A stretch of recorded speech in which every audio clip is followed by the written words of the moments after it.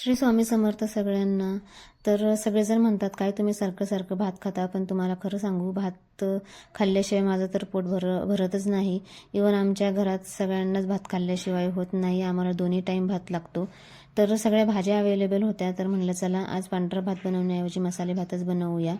तर सगळ्यात आधी मी काय केलं, फ्लावर जो आणलेला होता तो चिरून घेतलेला आहे आणि गरम पाण्यात छान त्याला उकळून घेतलेला आहे 2 मिनटं, जेणेकरून त्याच्या आतमध्ये जे किडे वगैरे असतात ते सगळे निघून जातात.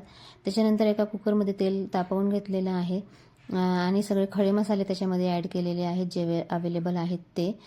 मोठा कांदा चिरून घेतलेला आहे, त्याच्यामध्ये हिरवी मिरचीसुद्धा स्लाईस करून टाकलेली आहे.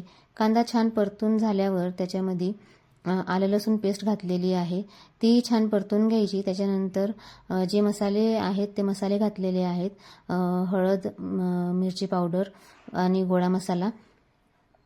त्याच्यानंतर एक मोठा टमाटर चिरून ठेवला होता तोही घातलेला आहे आणि तोही छान मऊ होस्तवर त्यालाही शिजवून घेतलेला आहे. त्याच्यानंतर कोथिंबीर घालायची, चवीपुरतं मीठ घालायचं, तेही छान परतून घ्यायचं आणि त्याच्यानंतर सगळ्या भाज्या ज्या आहेत तेही टाकून घेतलेले आहेत. 2 ते 3 मिनटं भाज्याही छान हलवून घ्यायच्या, जेणेकरून सगळा मसाला भाज्यांना लागला जातो.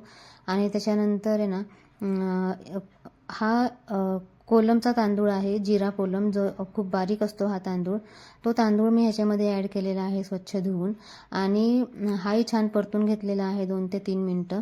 आता ह्या भातामध्ये ना तुम्ही गार पाणी ॲड करू नका, गरम पाणी मी करून घेतलेलं आहे, ते गरम पाणीच मी ह्याच्यामध्ये ॲड केलेलं आहे.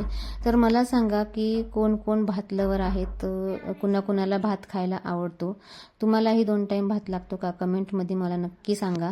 आणि भाताची रेसिपी तुम्हाला कशी वाटली मला कमेंटमध्ये कळवा आणि चॅनलला माझ्या सबस्क्राईब करा, कमेंट करा. धन्यवाद.